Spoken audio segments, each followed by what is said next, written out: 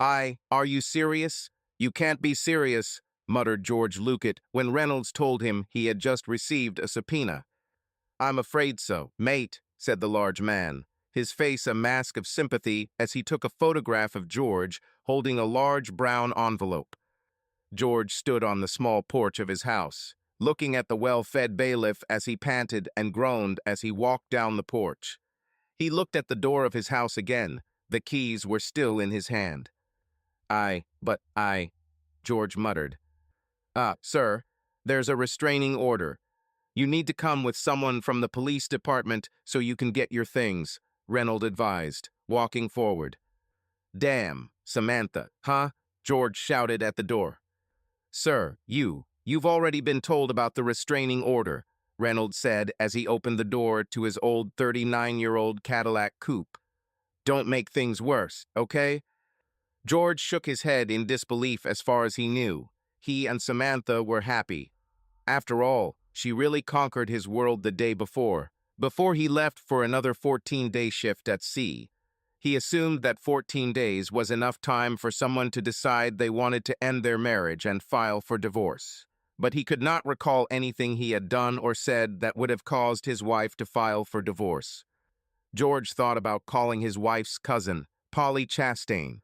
But as George looked through the divorce papers, he saw that it was Polly who prepared and filed the papers. Sir, the policeman said sternly, knocking on the window of George's truck. Sir, you have been informed of the restrictive order. Wow, that's fast, George bluffed. I just said this and you're already here. No, I got a call that you violated your restraining order, Brian said Jotchet. Oh, so you're here to help me get my things? Asked George. Brian contacted the station and said he was there to help George Luke remove his personal belongings from the house. George waited patiently while the policeman reported to his station. You didn't actually call, did you? Brian grinned as he approached. No, but since you're here, George said. George was smart enough to keep his mouth shut while Samantha let in him and the policeman into the house. Disdainfully, Samantha pointed to several garbage bags and said that she had already collected all of George's things. George nodded and asked Brian, not Samantha, if he was allowed to check that she had actually packed everything he was supposed to. Officer, I'm going to get my gun from the nightstand, George said, standing in the bedroom. You don't have. Samantha began with disdain, but fell silent when George pulled out his .44 Smith & Wesson. And my rosary, my mother gave it to me when I took my first communion, George said, taking a silver rosary from Samantha's nightstand drawer. You gave it to me when we got married, Samantha countered. And now that you don't want to be a wife, I'm taking him back, George explained. George also took his 3 pillows from the bed. He then removed a large blanket from the hallway closet. My sister made it for me, George explained quietly to Brian. She was a bloody idiot, Samantha taunted George. And she called you sissy because she was so happy that she finally had a big sister, George reminded Samantha, wiping the grin off her face. Trying to check into a hotel watch out in, George found out that Samantha was busy. His cards were canceled. A check of their joint checking account revealed that the account had $100 remaining. George smiled a nervous smile at the clerk and pulled out his American Express credit card. The girl's hand trembled when she took it from his hands. George almost laughed when she exhaled. She didn't know about this card, George explained to the young lady. I used it to buy her birthday and Christmas gifts. In the room, George read the documents again. He almost choked when he read that Samantha was demanding $4,000 a month in child support, demanding full ownership of the house, while George must continue to pay the mortgage and all utilities. In return, she generously allowed George to draw all the money from his savings and checking accounts. Again, George was truly confused. There was no sign of Samantha's dissatisfaction with him or their marriage. True, she called him boring, but she had been doing that for many years. When they bought a house, Samantha wanted to buy things right away, but instead George planned every major purchase carefully. He also doubled their mortgage payments every month. It's called equity, George explained to Samantha when she wanted to put money toward their vacation account rather than their house. But Hawaii, Samantha complained. They're not going anywhere for our 10th anniversary, George assured her. It's only 3 years from now, and we'll have 3 years more money in both our holiday pay and household bills. Hawaii was amazing. Photos of the Paradise Island simply did not convey its beauty, and Samantha, his pale-skinned, red-headed beauty, looked stunning in her blue bikini. George hoped Samantha had packed his 3 Hawaiian shirts as she cleared out his side of their closet. He doubted he would ever return to the Hawaiian paradise, but he liked the loose, comfortable shirts. With a sigh, George searched his cell phone for a good lawyer. Richards, Film and Jones, they answered the call in a pleasant voice. When he heard the voice announce the name of the law firm, George felt the gravity of his situation. George sighed. The pleasant voice repeated the name of the law firm again. "I need to see a divorce lawyer," George said with difficulty. "Yes, sir," said Ethel Gerard, her voice low and soothing. Ethel took some information and assured George that a lawyer would contact him within the hour. George thanked her and finished drinking his Dr. Pepper. Again, George thought that a vending machine that sold beer would be a real bonanza. Trevor Williams, Trevor introduced himself as George answered his cell phone. I see we can meet tomorrow morning. How about 9:30? Trevor settled, and the judge ordered the money to be returned to the bank accounts. Samantha was shocked when Polly called her and threatened to quit the divorce case if Samantha committed any more shenanigans. Samantha wondered how George was able to find a lawyer she had specifically withdrawn all the money, leaving only enough for George to rent a motel room for a few nights. She canceled their credit cards before he left for 14 days at sea and reissued the cards in her name.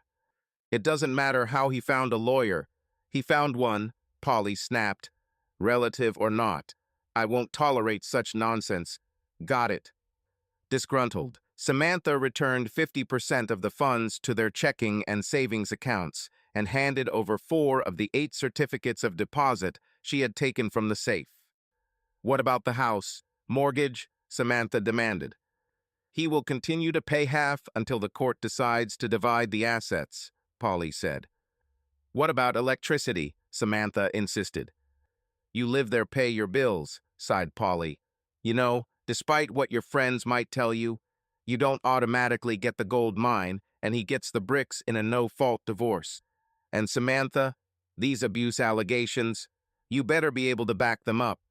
The courts really don't like it when they are lied to or used. Do you hear?" With money in his new bank account, George rented a studio apartment in the rather pleasant Kimball area of Louisiana. The Casual was within walking distance, and Cowboy's BBQ was a 3-minute drive. The young couple who rented the apartment next to his were sociable, loud, and friendly. He worked at Kendrick's Engineering, and she worked in the shipping department at Alana's Playtime. "You work with Bowman? We do your upgrades and maintenance, you know," Foster Chalmers said proudly. "Yes, sir." George smiled as he and Foster together carried George's almost new sofa up the stairs and into his apartment. Denise Chalmers somehow managed to convince George to leave her the keys to his mailbox and spare keys to his apartment. She checked his mail and left it at his apartment. Their mailboxes were next to each other at the mail kiosk. She was offended when George asked how much it would cost. Foster offered a 6-pack of St. Beer, Elizabeth Lager, but Denise hit her husband in the buttocks. "We're neighbors. Neighbors help each other," Denise said. "Should this neighbor buy you a 6-pack of beer just because?" George suggested, seeing the disappointment on Foster's face.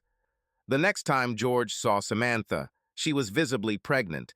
She was also standing next to an arrogant-looking man wearing a very expensive suit. "And how many months are you?" George asked Samantha. "We can serve," Trevor recalled, looking at the imperturbable Samantha. "About 4 months," Samantha admitted. As the 2 lawyers argued back and forth, George looked at his wife. She was a real beauty, waist-length red hair, porcelain skin with a few freckles on her thin nose. Her deep brown eyes captivated George at first sight and kept him under her spell throughout the 12 years of their courtship and marriage. Samantha Chastain had 29B breasts, a 25-inch waist and 30-inch hips, with a cute ass on her 5-foot 5-inch body. George was fascinated from the first meeting, and the glances she cast in his direction indicated that she, too, was not indifferent to George Alanluke. Working on an offshore platform made George a strong man. His clothes were tight-fitting, and Samantha was impressed by the package in front of her. "And you can dance too," Samantha laughed happily as they twirled to the music of a Zydeco band. Now, sitting in the courtroom in St. Elizabeth's Parish, George looked again at his beautiful red-haired wife. She had that happy glow that pregnant women have, and George smiled sadly. Most likely, she would finally get those big breasts she had always complained about. Because Samantha was unable to provide evidence of the verbal and emotional abuse she alleged, the restraining order was lifted. Trevor chuckled when George whispered that he didn't want to be within 500 yards of her anyway. "Maybe it will keep you out of jail," Trevor reminded George. "It means you can go to the store without worrying that she might appear in the next aisle and start screaming that you disobeyed orders. The police tend to not believe that you didn't know she was there." "What? Why do you want this?" Samantha cried when George demanded a paternity test through Trevor. "This is not your child." "Insurance. You can't say you have better insurance through your job, huh?" asked George. But I'm already on your insurance," Samantha countered. "Oh, no, madam, you are not on it," George laughed bitterly. "I took you off her the minute you handed me the summons." "Huh? Remember, you liked my butt," Samantha said sarcastically. "No, I loved your butt. I loved all of you," George muttered to his lawyer.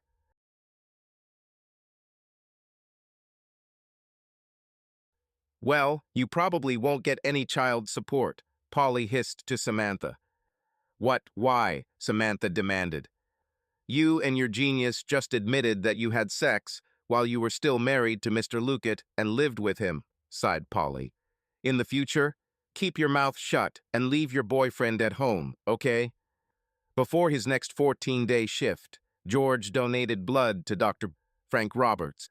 The doctor smiled, assuring George that performing a DNA test during pregnancy was safe and would not harm the baby.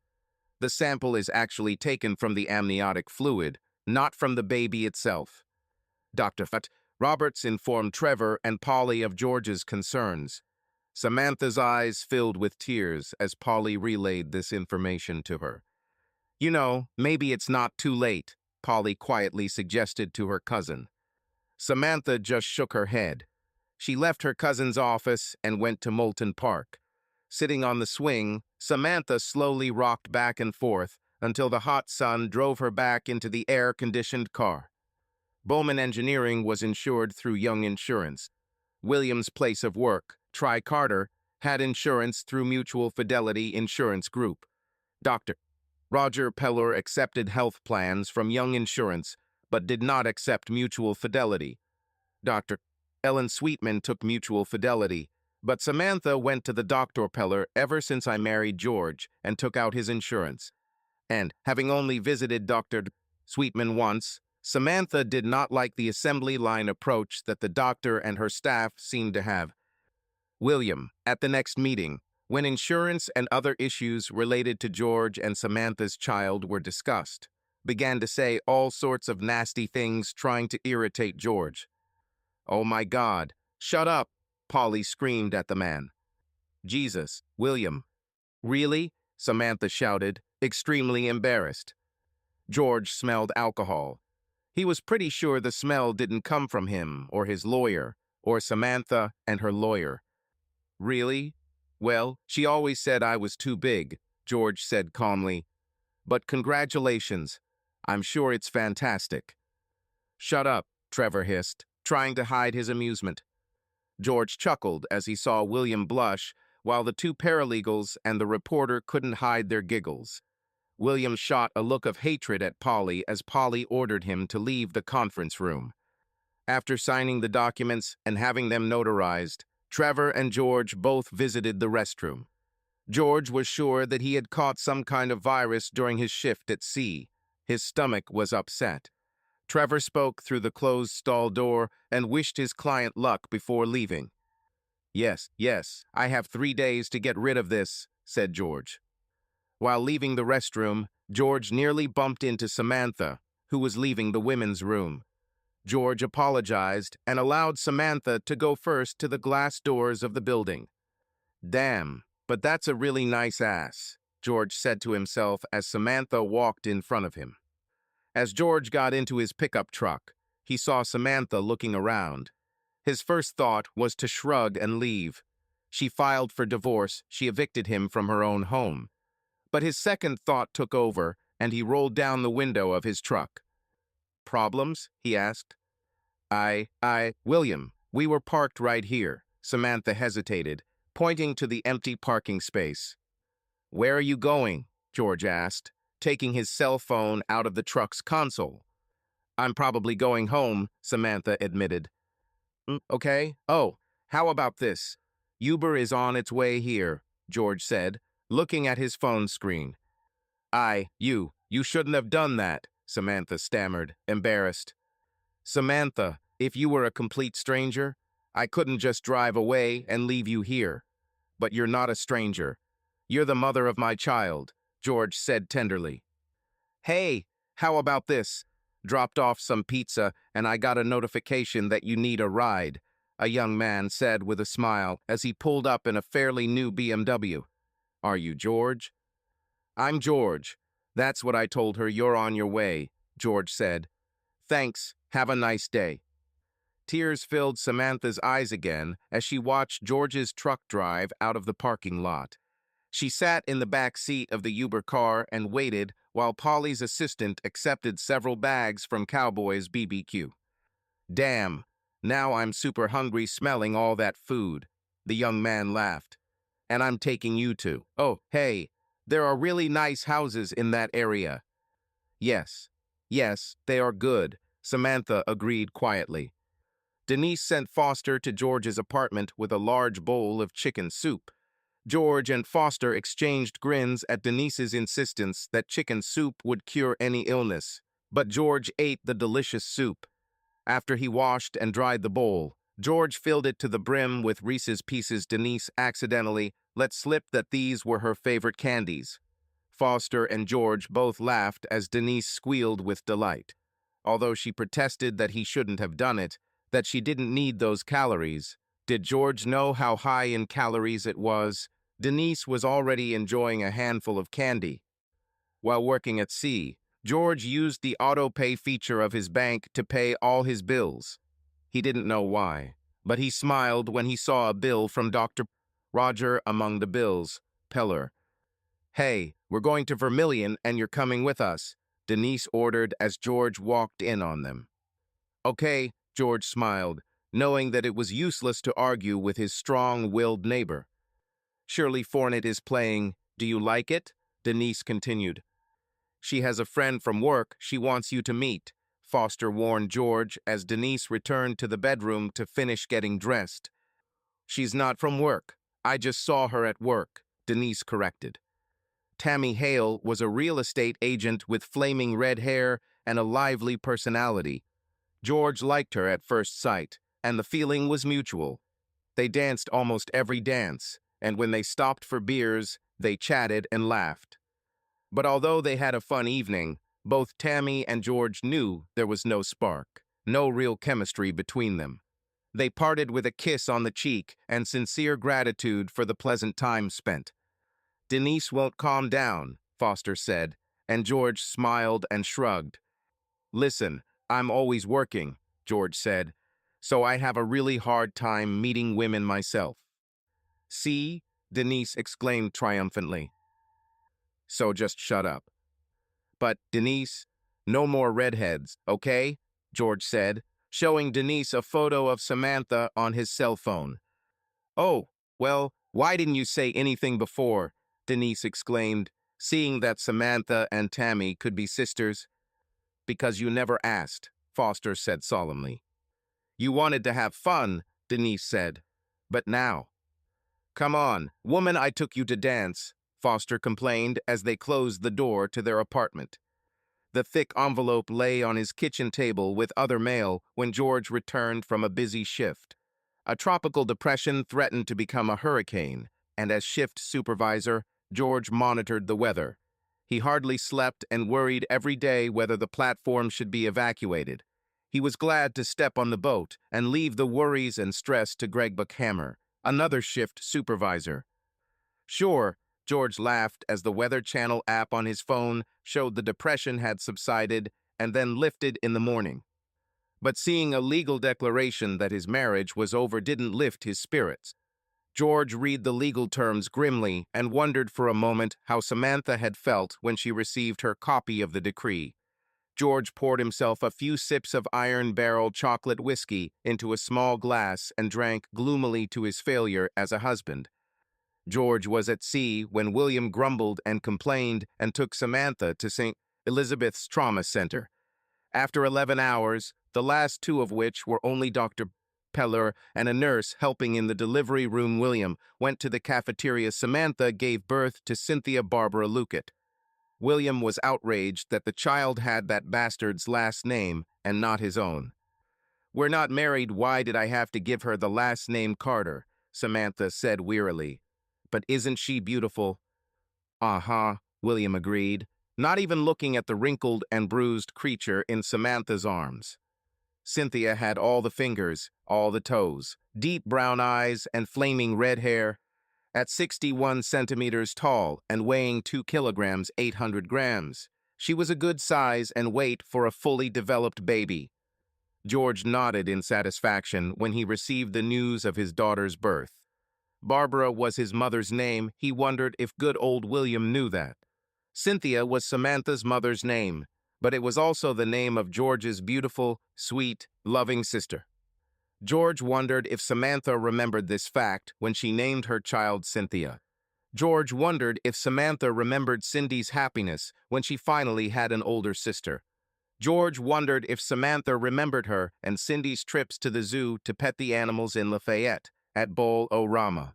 George wondered if Samantha remembered holding Cindy's hand when a congenital heart defect took their special little sister from them. Returning to land, George immediately bought the Dolzrigi Andy Andrigi Ann for her daughter. It turned out that Samantha had a new phone number. A message came that the number had been changed or was no longer valid. Not wanting to show up unannounced, George called Polly Chastain's office. Polly promised to call Samantha. Samantha called George less than 3 minutes later. She agreed that now was a good time for him to come and see the baby. George held back when he saw William's Mercedes-Benz in the open garage. The message was clear. William left the garage door open so George could see that he had been replaced by a richer, more handsome man. William grinned from behind Samantha as she opened the front door to let George into the house. Samantha smiled happily as George gave 2 dolls to the sleeping girl. He placed a couple of dolls at the foot of the crib, then sat down and simply looked in wonder at the beautiful baby. He ignored William's elaborate gestures and focused his attention on his daughter. "Oh, I almost forgot," George said and handed Samantha a small package. "This is for you." "What is this?" William demanded to know. "When she opens it, you'll see," George answered and sat down again to look at the beautiful baby. "Oh, George, this." Samantha choked up as she saw a 5 by 7-inch sterling silver photo frame with Cynthia's name and date of birth engraved at the bottom. "You put a picture of her as a child here," George said, and took a photo of Cynthia on his cell phone. "Hi, honey, it's me. Hello, it's Dad. Excuse me. She's going to call me Daddy," William stated. "Maybe," George answered easily, even as his blood began to boil. "I'm sure she'll find names for both of us." William intervened again when George politely asked Samantha for a new phone number. When she called him, only "private" was displayed on the screen. George's insistence that he only wanted the phone number because of their daughter together did not assuage William's angry claims that George did not want Samantha's phone number. "Okay," said George. "I could always call Polly, I guess." George was 3 blocks away when his phone rang. He looked and smiled. Samantha sent him her phone number with the subject line Cynthia. The day before he set sail again, Cynthia was cheerful. And, even better, William wasn't there. Being able to sit in a new rocking chair and hold his precious baby girl in his arms made George cry happily. When the baby cried for a clean diaper and some of her mother's breasts, George reluctantly gave her up. "Sorry, but you need to leave," Samantha said softly but firmly as she began to unbutton her blouse. The thought of William being allowed to see his wife, his ex-wife, breastfeeding their daughter made George's blood boil again. He nodded regretfully and left the house. However, he laughed when he saw William's Mercedes-Benz turning the corner. William will walk in, see Samantha breastfeeding Cynthia, and most likely won't believe that George wasn't allowed to witness this beautiful, simple act. He smiled widely and waved to William as their cars passed each other. Tinted windows obscured visibility, but George was sure that William did not return his friendly gesture. Trevor had to intervene when Samantha objected to George taking his daughter to his apartment. Samantha panicked as she realized she wouldn't have Cynthia in her home, in Cynthia's crib, anytime soon. She insisted on coming and checking the apartment to make sure her child would be safe. "Hello, hello, I'm your Aunt Denise. Hello." Denise Chalmers kept rambling as George carried the baby from his truck to the front door of his apartment. "George, who is it?" Samantha asked, concerned as the short, stocky woman admired her daughter enthusiastically. "Hey, Willie, do you believe that Saints took Jamiesa Winston?" "I know," Bryce retired. "But hey, what about Soma Hill, huh?" Foster demanded as William accompanied Samantha, looking at everything with disbelief. "Me, what?" "Hey man, it's William, okay? Not Willie," William stated, trying to impress. Reluctantly, Samantha approved of the cast-iron crib that matched the cast-iron double bed. She was not surprised that the bed was neatly made. It didn't surprise her that George had a small wash basin that he placed in the sparklingly clean bathtub when it was time to bathe his daughter. She was not surprised that there was baby soap, shampoo, and lotion in the bathroom. "And I told him to buy A&D ointment because it's the best if she gets a diaper rash." Denise showed Samantha the tube of ointment in George's medicine cabinet. "Do you use cloth diapers or disposable ones?" "Disposable," Samantha replied, still unsure about this woman they called Aunt Denise. Was all Denise said to that.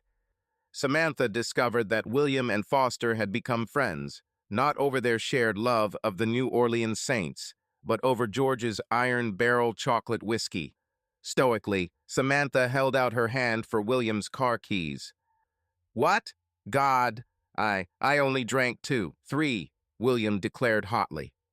"Foster," Denise said, making it clear to her husband that she was not at all pleased with him getting close to their neighbor's alcohol. "Man, we should buy what is this? Iron Barrel. Oh hey, chocolate. Denise, did you know that whiskey comes in different flavors?" Foster said happily, drunkenly, as Denise led him out of the apartment. "The keys, or I'll take an Uber," Samantha demanded as William staggered to his feet from George's comfortable couch. With another kiss on Cynthia's cheek, Samantha led William out to the car.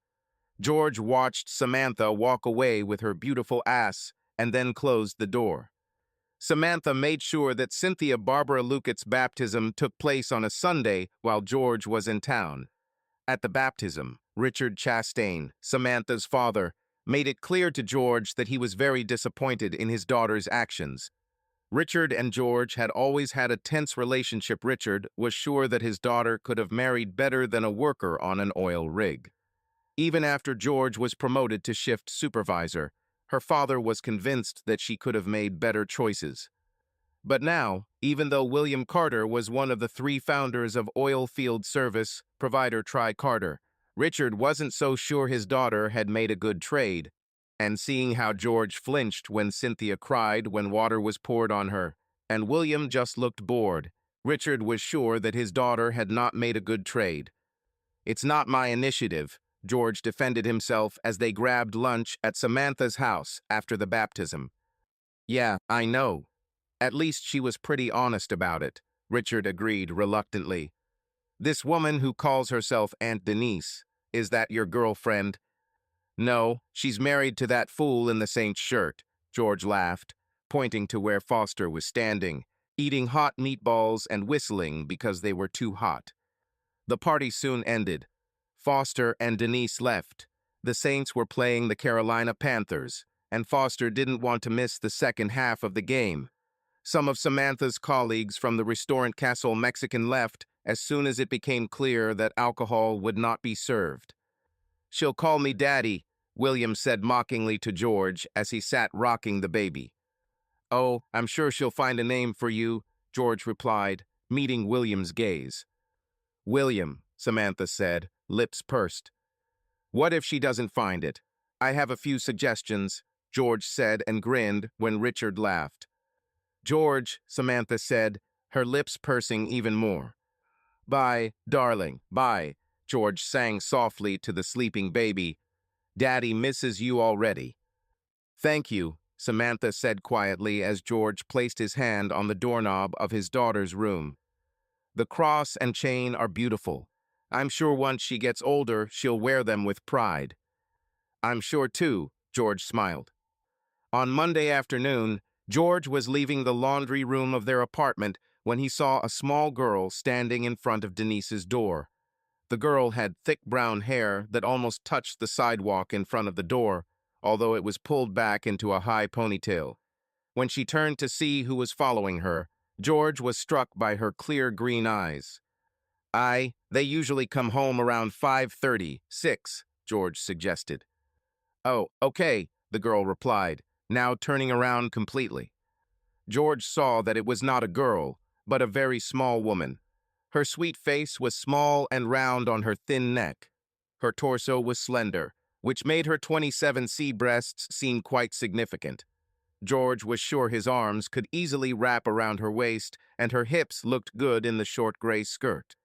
George estimated that the young woman was 4 feet 10 inches tall, maybe 4 feet 11 inches. Her shoes seemed to have a 3 or 4-inch heel. "Hi, I'm George," he said, unlocking the door to his apartment. "George Luckett." "Oh, are you George? The one with the very beautiful child?" the girl exclaimed, her face breaking into a wide smile. "Yes, madam, it is me. And let me tell you, there is no one more beautiful than my Cynthia," George agreed proudly, placing his laundry basket in front of the door. George took out his phone and showed the young woman the latest photos taken at Cynthia's baptism. "Oh," the young woman sighed in admiration. "Hey, see, you met Cha-Cha," Foster said. Charlene Chalmers' face instantly turned from an admiring smile to a dissatisfied grimace. She looked first at Foster's laughing face, then at George's slightly surprised face. "And I see you've met my second favorite brother," Charlene said sharply. "How many brothers do you have?" asked George, certain that Foster only had sisters in his immediate family. "One," Charlene replied sharply. George put his underwear to the apartment, then went into the Chalmers' apartment. Foster was making coffee. George couldn't understand how Foster and Denise could drink so much caffeine and still sleep. "Foster says you work at sea?" Charlene asked. "Yes, I'm going to sea tomorrow," George replied. "That's why I wash it." "I'm an administrative assistant," Charlene said proudly. "She works right here nearby," he added Foster. His pride was obvious. "Where do you work?" George asked, thinking that the girl looked very young for an administrative assistant. "I'm with Vickers. Vickers and Dumas, they do investigations," Charlene said. "Maybe they should investigate where the rest of you are," suggested Foster. "Hey, George, maybe you noticed. She's only about 3 feet. George, do you have coffee next door?" "I'm not going to sit here until Denise gets home," Charlene said, standing up from the kitchen chair.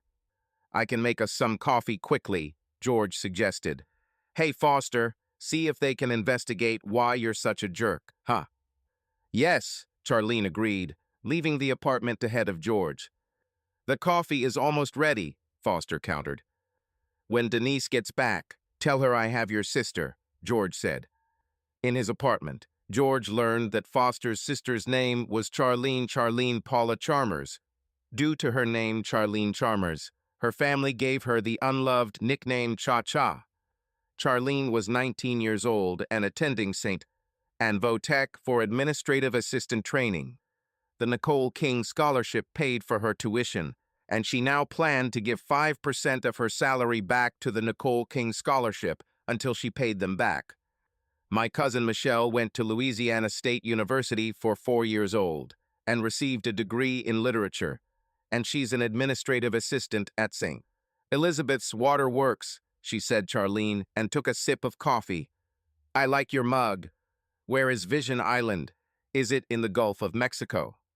Say it a little slower, George suggested, pouring himself a mug of decaf coffee. Vision Island, Charlene said clearly. Well, even though we only met recently, I love you too, George smiled. Island. Oh, Charlene exclaimed, then laughed a cheerful, musical laugh. My idiot husband says you're here, Denise burst into the apartment. George, did you show her pictures of that beautiful baby? Of course, Charlene said, jumping down to hug her 4'11" sister-in-law. Did Foster tell you that I work right here? Right at Vickers and Dumas. Lopez Square? Right there, Denise clarified, pointing to a nondescript, ugly building. Uh-huh, Charlene confirmed proudly. George found himself pulled back into the Chalmers apartment while Denise prepared dinner. George decided that he would buy Charlene her own 16-ounce mug with the words Island of Visions written on it. It was easy to find out her favorite color Foster. Charlene and Denise answered this question in unison. Sometime between dinner and George finally getting out of the apartment, he promised to take Charlene to Vermilion for a dance the next time he was in town. Aunt Denise immediately volunteered herself as a nanny for Cynthia Luckett. Listen, my little sister, she's only 19, do you hear? Foster angrily said to George. And, how old were we? Denise shouted at her husband. Oh my God, could you be dumber? Charlene yelled at her brother, blushing. We're going to dance. Dance. That's it, understand? When he returned from his 14-day shift, George insisted on picking up Charlene from her parents' house. He insisted on coming in and meeting Hank and Debbie Chalmers. Charlene watched in amazement as George and her overprotective father swapped stories about past hunting seasons.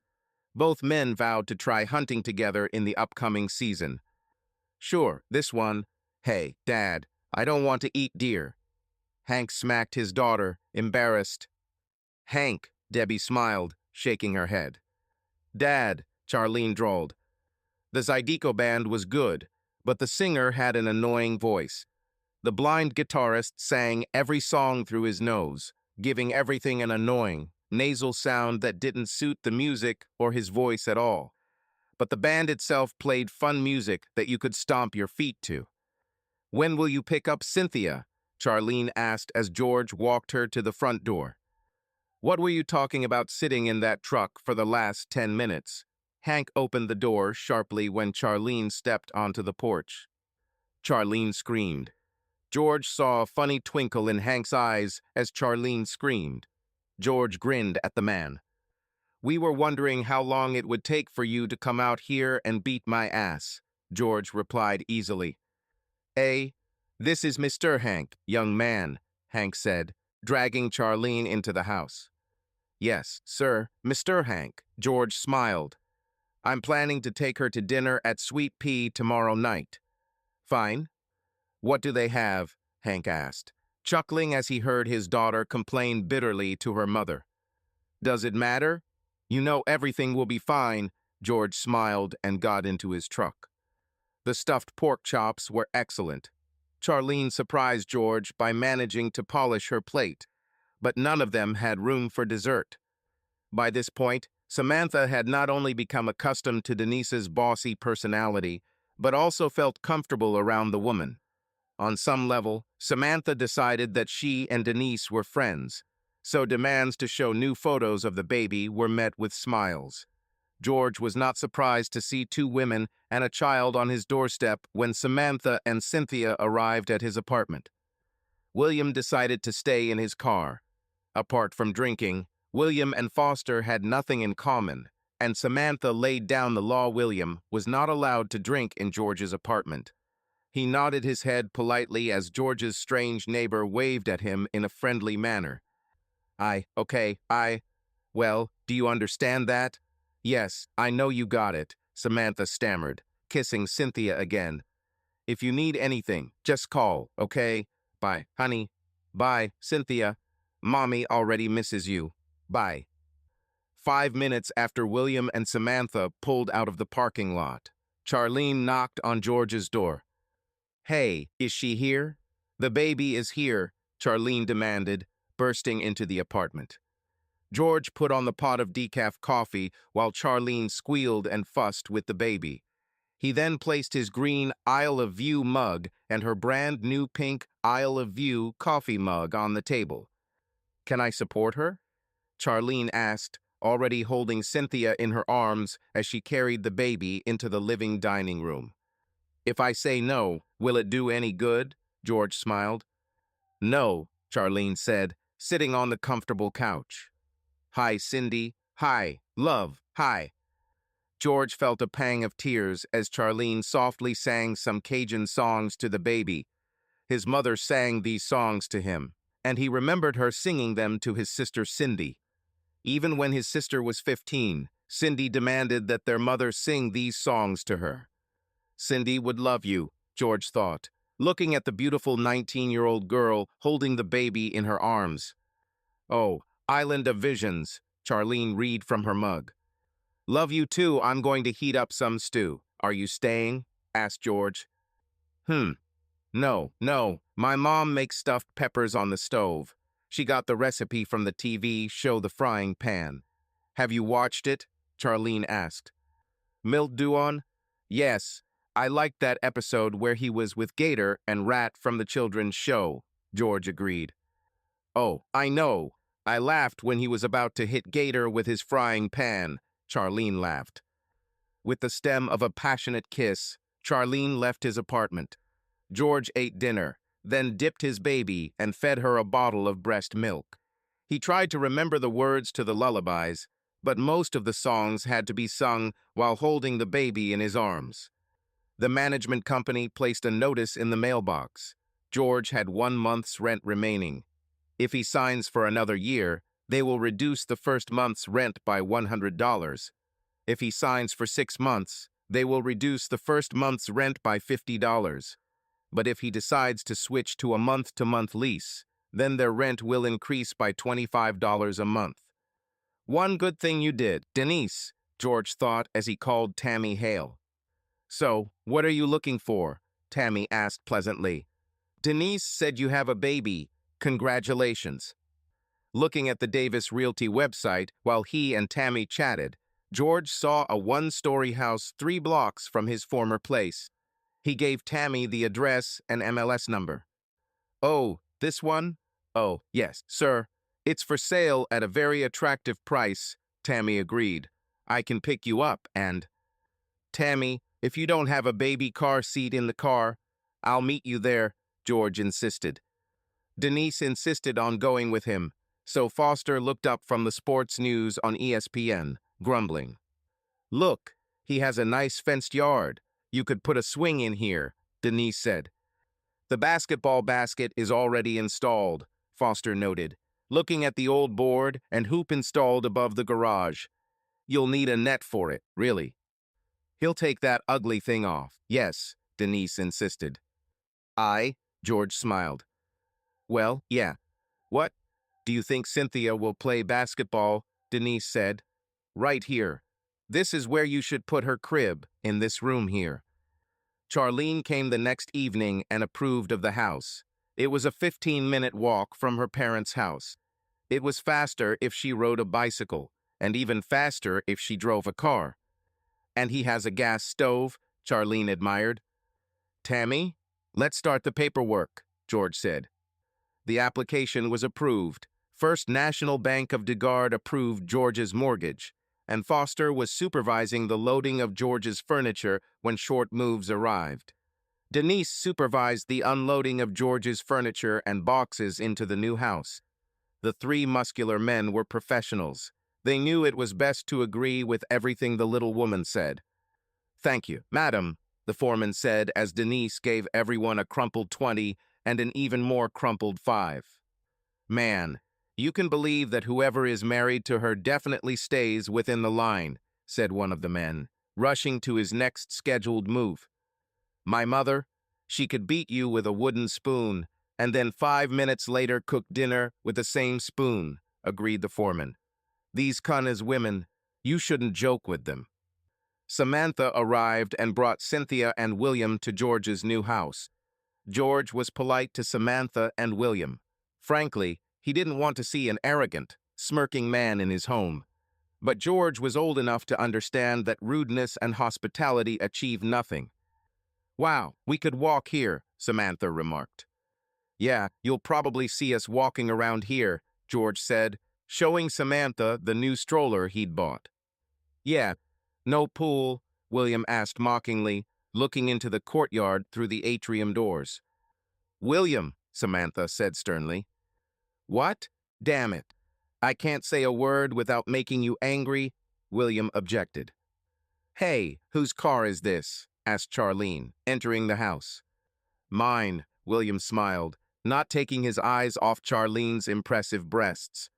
Given that Charlene was 14 inches shorter than William, he had to look down very far to see how her breasts stretched the boundaries of her blouse.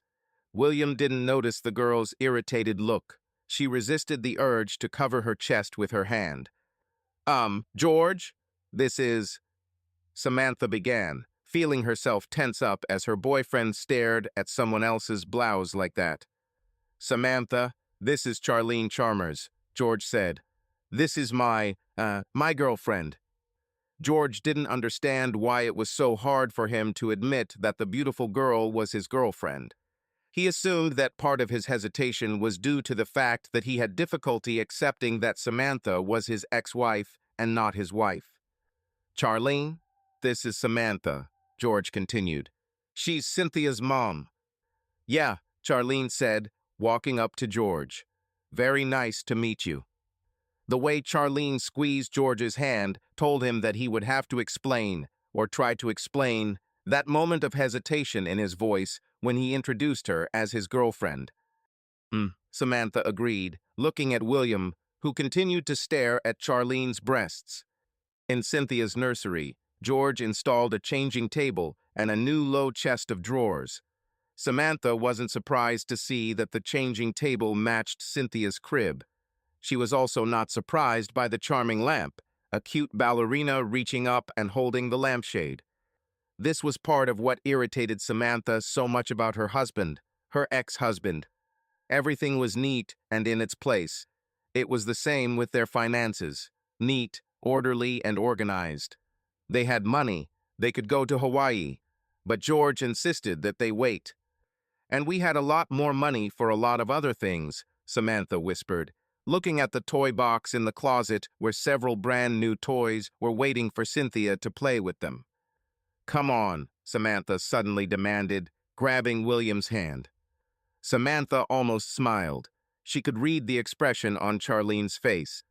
George was about to be scolded for some imaginary offense. William, as narcissistic as ever, understood the intent in Samantha's grip on his arm. He was facing yet another moral lesson for some supposed sin.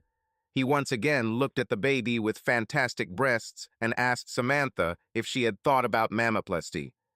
George did receive a reprimand. Charlene tearfully asked if he was ashamed of her, if he was embarrassed by her, or maybe it was that he still hadn't gotten over his divorce from his ex-wife. Was it so? Is it still warm? Does he have feelings for the beautiful redhead? George hugged and kissed Charlene and easily picked her up.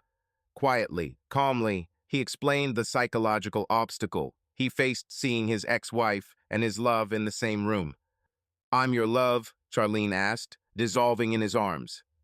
While George and Charlene were making up, cuddling on his sofa, William was stretched out in Samantha's living room, eagerly awaiting his next moral lesson.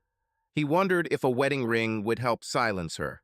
He thought about taking Samantha, without the baby's whining. God, how often babies cry.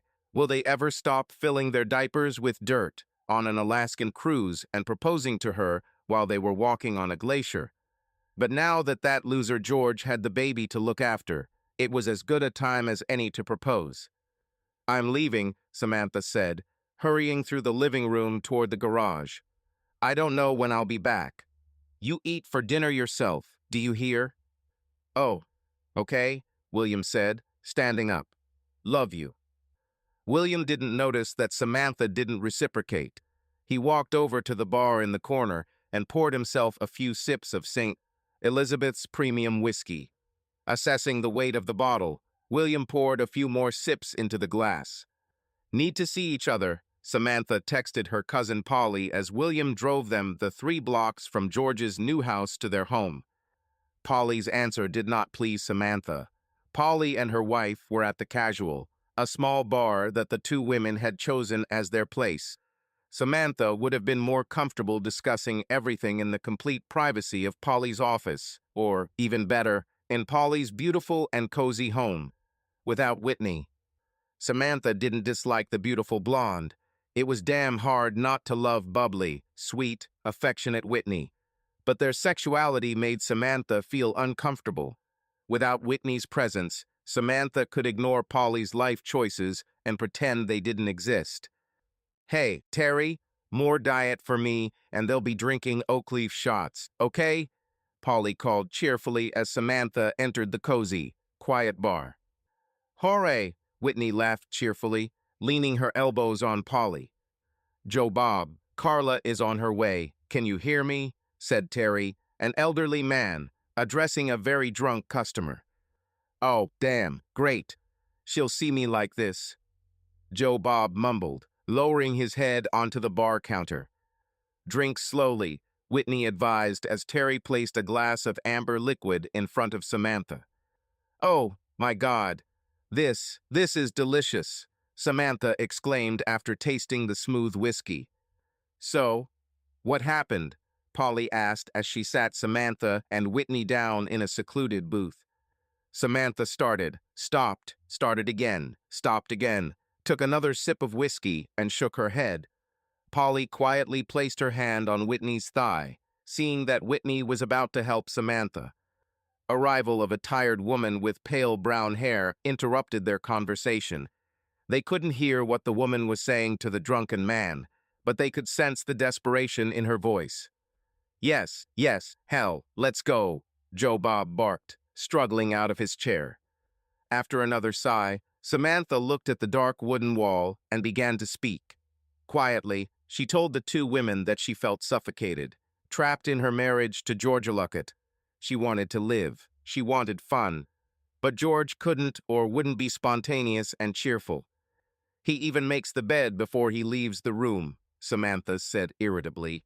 "Swears he can't leave the bedroom until—" Whitney laughed and Polly playfully hit her on the arm. Samantha didn't notice the affectionate exchange between the two women, continuing to complain about George's careful planning and preparation. She then talked about meeting William when he came over for Friday night margaritas. Being an attractive red-headed woman with what many considered to be a very cute ass, Samantha was used to being approached by men, and sometimes women. Most backed down when Samantha showed them her engagement ring and the matching engagement ring. "George saved every penny he could," Samantha said quietly, looking at her bare finger. "He even worked as a painter during his free weeks." "Ah," no restrained herself, Whitney sighed in admiration. "Yes," Samantha agreed quietly and tried to take another sip of excellent whiskey from the empty glass. "That Friday morning," Samantha mentioned. To George that she had seen a brand new Lexus on the road. She didn't say. She wanted him. I just said that I saw him and he was very handsome. George immediately rejected the idea of her buying a new car of any make or model. Depreciation begins from the moment wheels touch the ground. Samantha now imitated George's deep voice. Samantha went to work that day in a sour mood. As the handsomely dressed William Carter, wearing an expensive suit, a large diamond ring, and a Rolex watch, was seated in her section, Samantha noticed the expensive outfit and expensive accessories. When he left, leaving a signed check with a 100% tip added, William also left his business card. Not the first time someone left their business card, Samantha muttered. But this was the first time Samantha didn't throw away the card. The Tri-Carter logo was in the upper right corner and William Carter, president of sales, was right in the center. On the back, William wrote his phone number. At first, the illicit relationship was exciting and cheerful. Then George came. For a whole week, I had to be a good, conscientious wife, do good, conscientious things, save every penny until Lincoln screamed in pain, Samantha mused. So what now? Asked Polly after a long pause. So what now? Samantha thought, looking at the tabletop. True, they didn't save a penny. If Samantha wanted cinnamon rolls, she could buy the Pillsbury brand rather than the Burns and Burns Grocers brand. She could buy glazed meat for her beef stroganoff instead of the stew meat George always insisted on. They went to the movies at regular times when most people go, not to cheap matinees. William would go to the snack stand and buy a huge buttered popcorn with extra butter. And after that, they went to the Yum Yum ice cream parlor for ice cream. George always chose one thing, either a large popcorn with a drink or ice cream after. Okay, so George is a cheapskate, said Polly. No, he's not a cheapskate, Samantha hastened to defend him.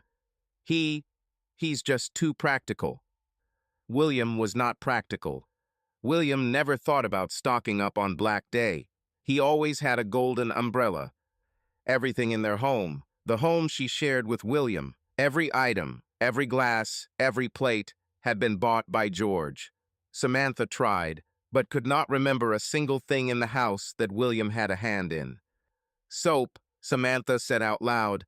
I buy soap A&A. I love raw milk and honey, Whitney gushed. It stinks, Polly joked. I'll take the blackberries, Samantha offered indifferently. More? Polly asked quietly as Samantha picked up the empty glass again. Yes, Whitney, you can have another one too, Polly laughed, and Whitney happily skipped over to the bar. You don't drink? Samantha remarked as Whitney placed 2 shot glasses on the table. Not good for the baby, Polly smiled as Whitney let out another squeal of delight. Samantha was startled when Whitney's hand rested on Polly's flat stomach. Polly put her hand on Whitney's, holding her hands on the child. Samantha took a sip of whiskey and tried to smile at her cousin and women cousins. They were both obviously thrilled about the pregnancy. William was pleased, showing off like a proud rooster in the chicken yard, until the results of George's DNA test came back showing that he, not William, was the father. I hope it's a girl. She and Cynthia can play together, Samantha said as Whitney laughed and Polly beamed with happiness.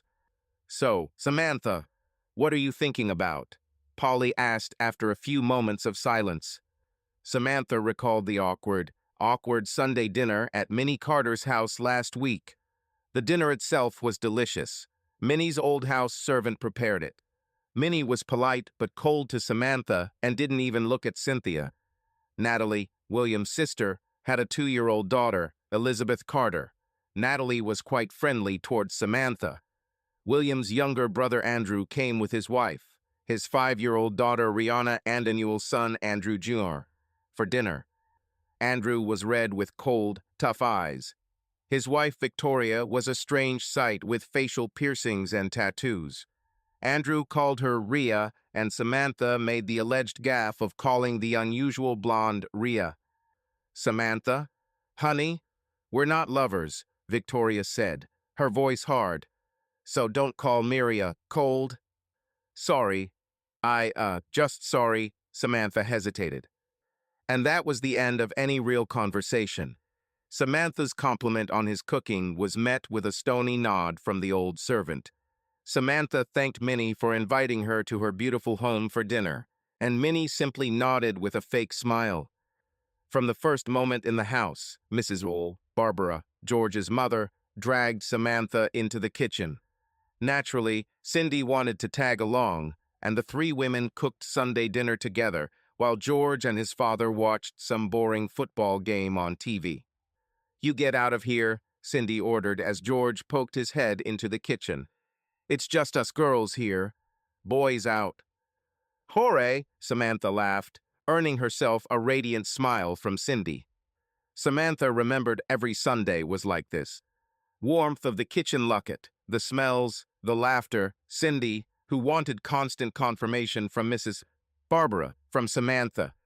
Samantha had no doubt that the next Sunday dinner at the Carter house would be just as awkward, just as uncomfortable, and after that it will be the same, constrained and uncomfortable. And William didn't notice. He was genuinely surprised when Samantha mentioned her discomfort. I think I'm seriously disappointed with the purchase, Samantha admitted to her cousin, looking away from the dark wood of the table. And, Polly prodded. And nothing. Absolutely damn nothing, Samantha said, taking the last sip of her drink. Back at home, Samantha heated up dinner from lean cuisine. She was not in the mood for sex, but stoically gave in to William's persuasion. William approached George and asked him to somehow look after Cynthia for 2 weeks while he took Samantha on a cruise. George organized this not for William or Samantha, but for his daughter. Samantha was almost in a panic when they boarded the ship. Previously, when George was caring for their daughter, she was only a few minutes away. But here, on the cruise ship, she was hundreds of miles away from her child. If her daughter needed her mother, Samantha would have no way to get to Cynthia quickly. "Oh my God, do you hear that? Do you hear that?" William exclaimed, stretching out on the bed in their cabin. "What?" Samantha asked, looking around. "Wow, no screaming, crying children," William laughed. At that moment, Samantha hated William Carter with all her heart. Her daughter, her precious baby, was not annoying. Her daughter was not an inconvenience. And while hiking on the glacier, William got down on one knee, holding a quadruple square diamond ring. For Samantha, it was one of the tackiest rings she had ever seen. It seemed rough. Although she was sure it was worth a lot, Samantha thought the ring looked cheap and tacky. "No," Samantha answered quietly but firmly. "Me? What? What? You've got to be kidding me," William stammered, truly shocked.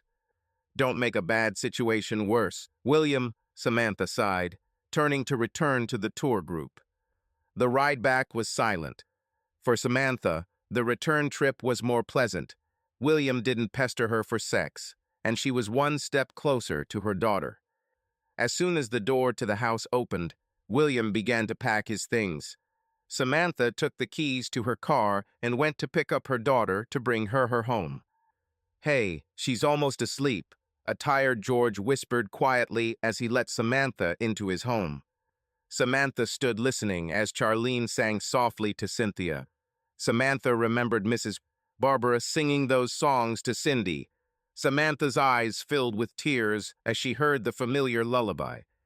"Yeah, Mommy, I think we've had a bad case of colic this week," George admitted as Charlene carried the sleeping baby out of the room. "Colic?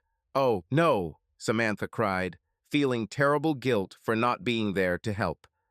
"Hi, Samantha," smiled a tired Charlene as she entered the kitchen. "How's it going? How's Alaska?" I didn't like it," Samantha admitted. "I'm drinking your last beer," Charlene told George.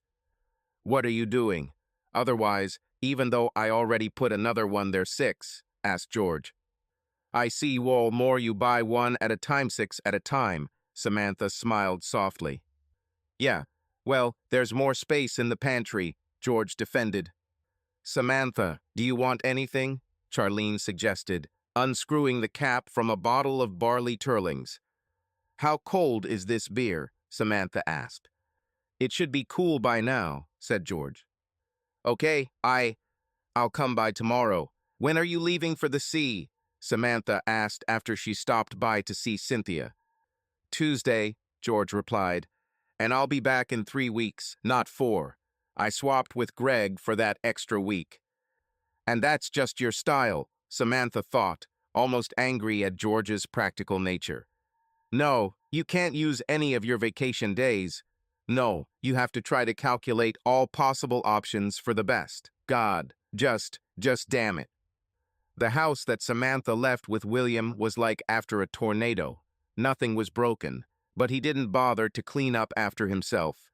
The dresser drawers were half open. Clothes hangers were on the floor, on the bed. With a sigh, Samantha cleaned everything up, then vacuumed the entire house. She grinned. She did exactly what George would have done. Child support for Cynthia arrived, as always, 3 days before the due date. Due to her infidelity, Samantha did not receive child support for herself. And at that time, Samantha did not need child support for herself. She had William and his credit card in reserve. Within 2 months of William leaving, Samantha realized she was in trouble. Her modest savings have dried up. She was faced with a choice of paying her mortgage or paying her utilities and buying food, but she didn't have the funds for both. Most of Cynthia's child support went to Happyland Daycare Center, where she took her daughter when George was at sea. Dad, I need help, Samantha said. Do you need help? Do you need help? Damn, insulin tripled in price in a month, and the damn insurance company is trying to say that the tree didn't fall on the house because of a hurricane.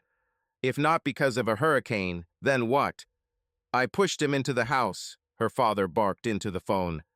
Do you need help? Join the club. George smiled happily as Samantha brought their daughter into the house. A few minutes later, Denise and Charlene arrived. Samantha burst into tears and George found himself banished to the nursery to care for his daughter while his friend and his girlfriend consoled his ex-wife. Women, huh? Said George. Oh, wait, you're one of them too, right? Damn, I'm going to have a hard time. Yeah, okay, but you promise me you'll always love me, okay? I will, Charlene said from the doorway. George, you need to come here. Tearfully admitting, Samantha said that she simply could not make a living as a waitress. The hours were long and the pay was meager. She needed all the tips, and tips were an unstable income. So what do you want from me? Asked George. Yes, madam, I'm still working. Madam, if it weren't for the Nicole King Scholarship, God, I don't know where I would be, Charlene chattered into her cell phone. George, I don't know, Samantha admitted, avoiding her ex-husband's gaze. Here, talk to this woman, do you hear? Charlene said, handing Samantha her cell phone. Hello? Charlene, who is it? Samantha asked. Hello, this is Kampala Jeffries. I am the current chair of the Nicole King Scholarship. Chalmers says you are an ideal candidate for our help. As you may know, any recommendations from previous scholarship recipients are moved to the top of the list, a pleasant voice said soothingly. How does 3 hours sound to you? 3 o'clock. When? What day? Samantha asked. 3 o'clock today, Miss Sluckett, Kampala laughed. Okay, go home, change into something decent. No, I'll go with you, Charlene said. See, it's God's will that I have half a day off today. After Samantha had washed her face and changed into decent clothes, Charlene instructed her, what should I say? Finally, Charlene decided that Samantha's outfit and makeup were good enough. Hello, Mrs. Jakes. Have we arrived at Kampala? Charlene turned to receptionists as they entered the lobby of King Sanitation. You are Miss Sluckett, Sheila Jakes smiled. I'll let Mrs. Jeffries know you're here. Charlene, how are you doing?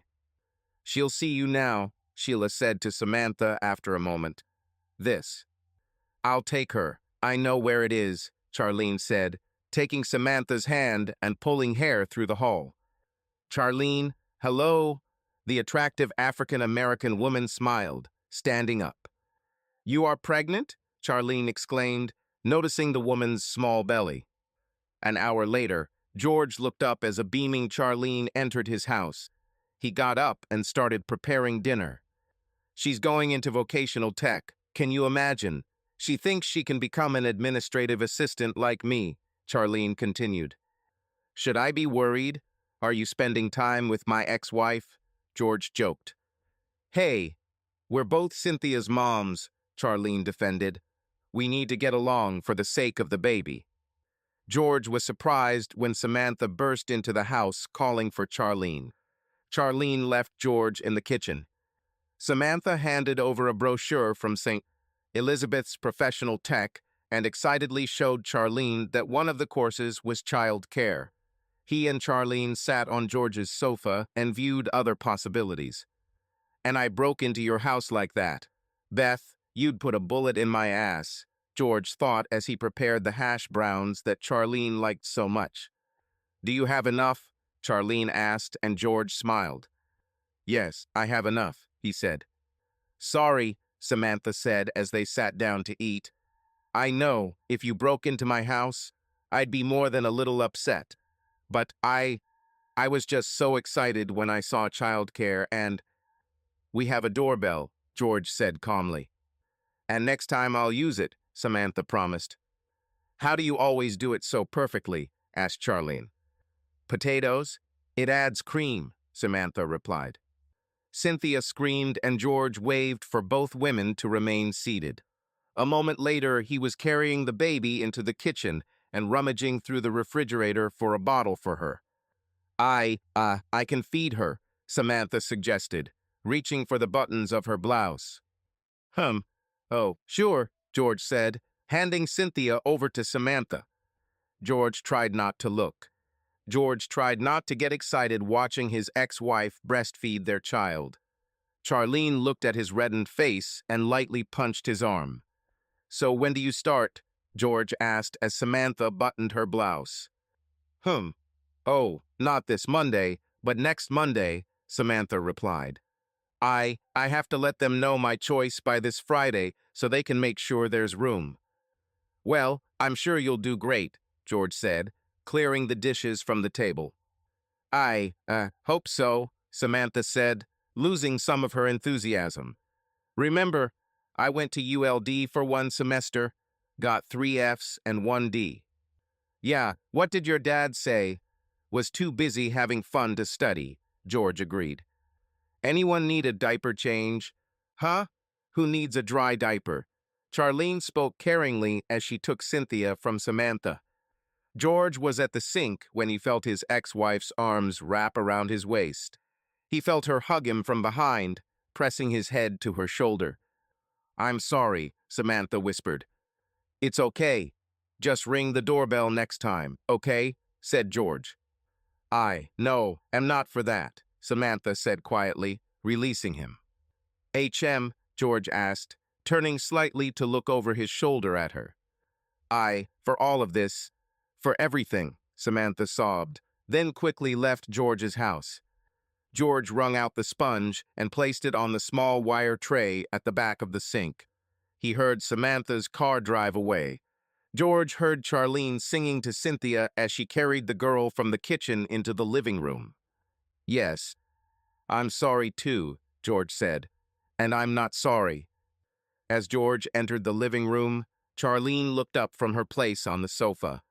The warm, happy smile she gave George made George smile back. He locked the front door of his house and sat down on the sofa. Wow, Charlene giggled as George easily lifted her and Cynthia onto his lap. George could smell Charlene's sweat. He could smell the laundry detergent Debbie Chalmers used. It was the same profitable brand he used. So, Samantha, I'm not one bit sorry, George thought, looking at Charlene. When I knew I had half a day, Charlene said. And you spent it on my ex-wife, George teased, tilting his head to kiss her. Uh-huh, George. Charlene carried Cynthia into her nursery, kissed the baby tenderly, and then placed the baby in her crib. The next day, Hank and George met at the dead end for meatloaf with a choice of red or brown gravy. A very cute strawberry blonde was jumping and twirling to some hip-hop tune, and Hank and George agreed that the music had changed since Chet Atkins died. And you know, the girl has no idea who Chet Atkins is. Hank nodded his head as the girl stepped out of her faux leopard print top. Probably not, George agreed, wondering what Charlene would look like in a leopard print top and matching miniskirt. After Hank happily gave George his blessing to ask for his baby's hand in marriage, Hank generously picked up the bill for lunch. Hank shrugged when George reluctantly broke the news that he couldn't get married in the Catholic Church. He was a divorcee. Shit, it doesn't matter. We are Lutherans. Larry Elgin, Atonement Lutheran right here. He'll marry you all, Hank said cheerfully. When the two men left the bar, Hank was already on the phone telling Debbie the good news. Hank and George warned Debbie to keep the good news to herself. Charlene didn't know about the ring in George's pocket. No, Samantha, I'm not sorry, George thought as he stopped in front of his old house to pick up Cynthia. Hey, I was going to call you, Samantha winced, already dressed in her Casa Ol waitress uniform. Billy just called. Monica just got up, left. Okay, George agreed and wrinkled his nose at the squalor of his former home. The place needed a good cleaning and vacuuming. This kitchen counter hadn't been cleaned since this morning George saw the frying pan Samantha had used to cook bacon and eggs. Yes, George, I know. The place is a wreck, Samantha spat as George led Cynthia to the door. But you know what? You don't live here. I live. You don't live here anymore, George. No, Samantha, I'm not sorry at all, George smiled as he buckled Cynthia into her car seat. Subscribe to our channel so that your second chaff doesn't cheat on you, and go ahead and listen to the next story, because this story is nothing compared to the next one. If you're under 18, don't even think about listening to the next one.